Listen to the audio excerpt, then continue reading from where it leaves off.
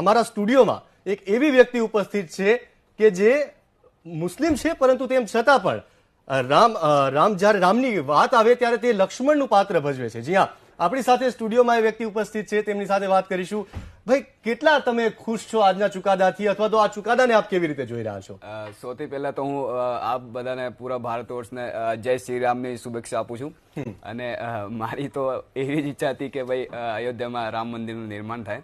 અને જે ચુકાદો આવે છે એ હવે બધા તમામ ભારતવાસીઓ જે સ્વીકાર કર્યું છે એના માટે પણ અમે બહુ ધન્યવાદ કરીએ છીએ એમ છે.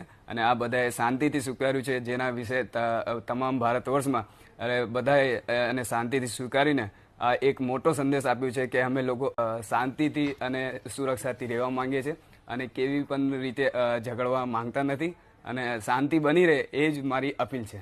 આબિદ, થોડીક મિનિટોમાં દર્શકોને દ્રશ્યો પણ બતાવીશું કે આબિદ કેવી રીતે લક્ષ્મણનું પાત્ર ભજવે છે. આબિદ, તમારી જોડેથી જાણવા માંગીશ, તમે લક્ષ્મણનું પાત્ર ભજવતા હતા, રામલીલાની અંદર ઓતપ્રોત રહેતા હતા. એ જ દિવસો હતા ત્યારે ચર્ચા પણ થતી રામ કાલ્પનિક પાત્ર છે, આમ છે. જ્યારે તમે પોતે જ રામના ભાઈ તરીકેનું પાત્ર ભજવતા હતા અને વિડીયો પણ જોવા મળશે, ફોટા પણ જોવા મળશે. આ એ જ તસવીર છે, એ જ વિડીયો છે જેની અંદર તમે પાત્ર ભજવતા હતા. આ તમારું જ દ્રશ્ય લક્ષ્મણ તરીકેનું પાત્ર ભજવતા. ચોક્કસથી કોઈ પણ હિન્દુસ્તાનીને ગૌરવ થાય. ભાતૃત્વની ભાવના શું કહેવાય, સદભાવનાની ભાવના શું કહેવાય, તેનું સૌથી મોટામાં મોટું ઉદાહરણ એક લક્ષ્મણ તરીકે ભૂમિકા આપ મુસ્લિમ થઈને પણ ભજવતા હતા. ક્યારે તમને ભેદ દેખાયો દેશની અંદર? સાહેબ, હું મુસ્લિમ સમાજથી જોડાયેલો છું અને જ્યારે હું રામાયણમાં કામ કરવાનું શરૂ કર્યું છે ત્યારે મેં એટલું જોયું છે કે આપણે ધર્મ કોઈ પણ હોય, કે હિન્દુ હોય, મુસ્લિમ, શીખ, ઈસાઈ, કોઈ પણ એકબીજાથી ભેદભાવ રાખવાનું કોઈ શીખવતું નથી અને બધા સમાનતાવાળું ધર્મ છે, બરાબર. એમાં કોઈ ઝઘડવાની વાત છે નહીં, બરાબર. કોઈ ધર્મ એવું છે નહીં કે જે એકબીજાથી અલગ હોય. બધાને જે માન સન્માન છે, એક પરિવારમાં કેવી રીતે રહેવું છે, મા બાપનું આદર કેવી રીતે કરવું છે, એ આપણે રામાયણમાંથી એ બતાવ્યું છે અને ઇસ્લામમાં પણ એ જ છે. એટલે આ બધું તમે એક બંને કેપેબલ રહીને જોયું, બેલેન્સ કરીને, તો બંને બેલેન્સમાં એકદમ કમ્પ્લીટ જ છે, સાહેબ. સ્વામીજી, આપ આબિદને કંઈ પૂછવા માંગશો? કારણ કે આપ એ જ ભાતૃત્વની વાત કરતા હતા અને એ જ પરિવારની વાત કરતા હતા. આબિદે બહુ સારું કામ કર્યું છે. તમામ હિન્દુ સમાજને ગૌરવ થાય એવું કામ કર્યું છે અને લક્ષ્મણનું કામ કરીને સાથે સાથે દેશના, કમસે કમ ગુજરાતના, વડોદરાના લોકો જે એમને રામલીલામાં જોઈ શક્યા એ તમામ લોકોને એમના પાત્રતાથી એક બહુ મોટો સંદેશો જાય છે કે हिंदी है हम वतन है हिंदुस्तान हमारा, हमारा कोई धर्म नहीं है, जो रहने वाले हैं सब हम एक धर्म के हैं, हम एक दूसरे को मानने वाले हैं, અમે એકબીજાના ધર્મના સન્માન કરીએ છીએ. એ હિન્દુઓના ધર્મના સન્માન કરે છે, અમે મુસ્લિમોના ધર્મોના સન્માન કરીએ છીએ, જૈનોના ધર્મનું સન્માન કરીએ છીએ. ગુરુદ્વારાના મજહબ નહીં સિખાતા આપસ મેં बैर रखना, हिंदू है हम वतन है हिंदुस्तान हमारा. આ સૂત્રને આબિબે ચરિતાર્થ કરી અપાવ્યું છે અને આપના માધ્યમથી હું એમને ધન્યવાદ આપું છું કે લક્ષ્મણનો ચરિત્ર તમે કરવાનું છોડતા નહીં. જ્યારે પણ મોકો મળે તમને કરવાનું તો ચોક્કસ લક્ષ્મણનો પાત્રતા કરજો, રામનું પાત્ર ભજવજો, હનુમાનનું પાત્ર ભજવજો. તો શું તમે પ્રશ્ન કરી શકો આમાંથી મને મળશે શું? તમને શું પૈસા મળતું હશે એનાથી મારે કોઈ લેવા દેવા નથી, પણ તમારા નખથી શીખ સુધી એ ચોક્કસ તમને સંસ્કાર મળશે કે બધા આપણા છે. જીવ માત્રની હત્યા ન કરવું જોઈએ, જીવ માત્રથી બેર ના રાખવું જોઈએ. તમામ લોકો આપના છે. ભારત ભાઈચારાના વિચારધારા તમારા હૃદયમાં હંમેશા પ્રગટેલી રહેશે. આ શીખડાવે છે. આમાં તો બહુ સરસ વાત કરી ને, તો ધર્માચાર્ય છે અખિલેશ્વર દાસજી, એટલે તો બહુ મોટી વાત કહેવાય. પણ હું એક વાત કહું કે આબિદ વડોદરાથી છે, હું વડોદરાથી છું, ત્યારે હું કહું કે એક ભાષા, એક ગાયન યાદ કરી દઉં હું પણ, કે ન હિન્દુ બનેગા ન મુસલમાન બનેગા, ઇન્સાન કી ઓલાદ હૈ ઇન્સાન બનેગા. અહીંયા આ ચરિતાર્થ કર્યું. અત્યારે પણ અમારી સાથે બેસીને આ વસ્તુ સાબિત કરી કે ધર્મ, મજહબ, આ બધા કરતા મોટી વાત જો કોઈ હોય ને જગતમાં તો તે ઇન્સાનિયત છે. એનાથી મોટી કોઈ વાત હોય તો તે દેશ છે.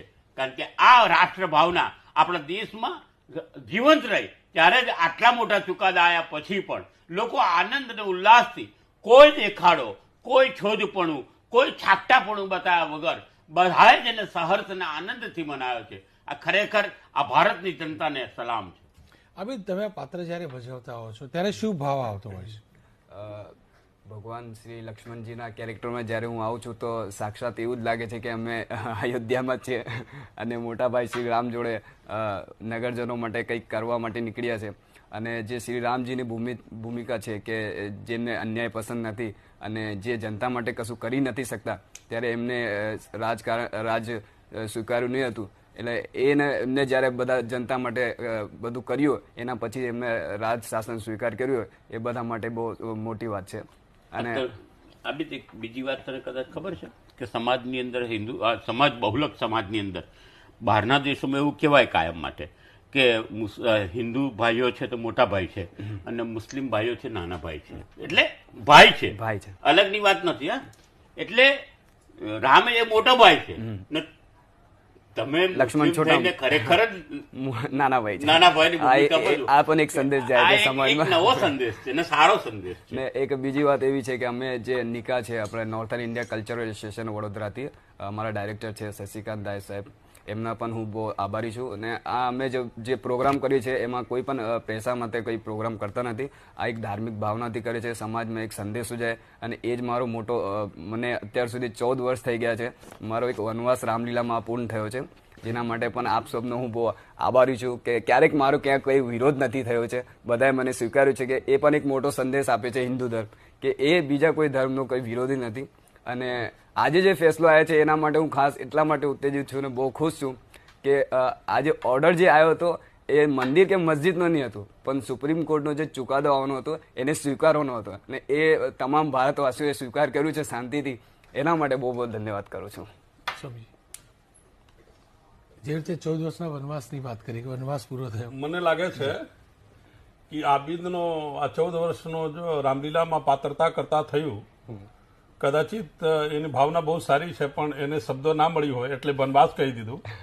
પણ ખરેખર જે દિવસ પહેલા વર્ષે જે વર્ષે રામલીલામાં લક્ષ્મણજીનો પત્ર ભજવ્યો, એ જ દિવસથી રામ રાજ્યની આ સ્થાપના એમના માટે થઈ ગઈ. કારણ મારો કોઈ દુશ્મન નથી, હું કોઈને દુશ્મન નથી. કેટલી સુંદર વાત છે. વનવાસની જગ્યાએ આનંદવાસ રાજવાસ રાજવાસ થઈ ગયો. પણ મેં એટલા માટે કીધું એની ભાવના બહુ સારી છે. આબિદ, વિરામલી પેલા જાણવા માંગીશ, કેમ કે હવે એક આશા પણ તમને બંધાય છે, ક્યારેક એવી ઈચ્છા દિલમાં થઈ કે અયોધ્યામાં જઈને રામલીલા કરું, અયોધ્યામાં જઈને લક્ષ્મણના રોલમાં જોવા મળું? બિલકુલ થઈ છે એવી કે અમે વિચાર્યું હતું જ્યારે આ ચુકાદો ચાલવાનો હતું કે કેસની સ્ટાર્ટિંગ થઈ હતી કે ભાઈ આટલા ટાઈમમાં પૂર્ણ થવાનો છે, તો અમે નિકાના જે નોર્થન ઇન્ડિયન કલ્ચરલ એસોસિએશન છે એમને અમે બધા એ વાતનો જવાબ આપી નહીં આપી શકે કદાચિત, પણ આપ અહીં બિરાજમાન છો, એમની જ્યારે ઈચ્છા હોય કે અયોધ્યામાં મારે રામલીલા કરવાનું છે, ત્યારે અયોધ્યામાં તો ઘણી બધી કંપનીઓ છે રામલીલા રાસલીલા બધી કરતી હોય, પણ આબિર અને આબિરના ડાયરેક્ટર અને એમના લોકો જ્યારે એમ કહેશે કે મારે અયોધ્યામાં જઈને રામલીલા કરવાનું છે, તો જાહેરમાં બોલું છું, એમના રહેવા ખાવા ઓર રામલીલા કરવા માટે મંચ છે, એની વ્યવસ્થા હું કરી આપી. સાથે જઈશું. બહુ ધન્યવાદ. અમે અને તમારી ટીમને તૈયાર કરો. અમે તો તૈયાર જ છે, આપે કીધું એટલે આજે ફાઇનલ થઈ ગયું છે, અમે કરવાના છે.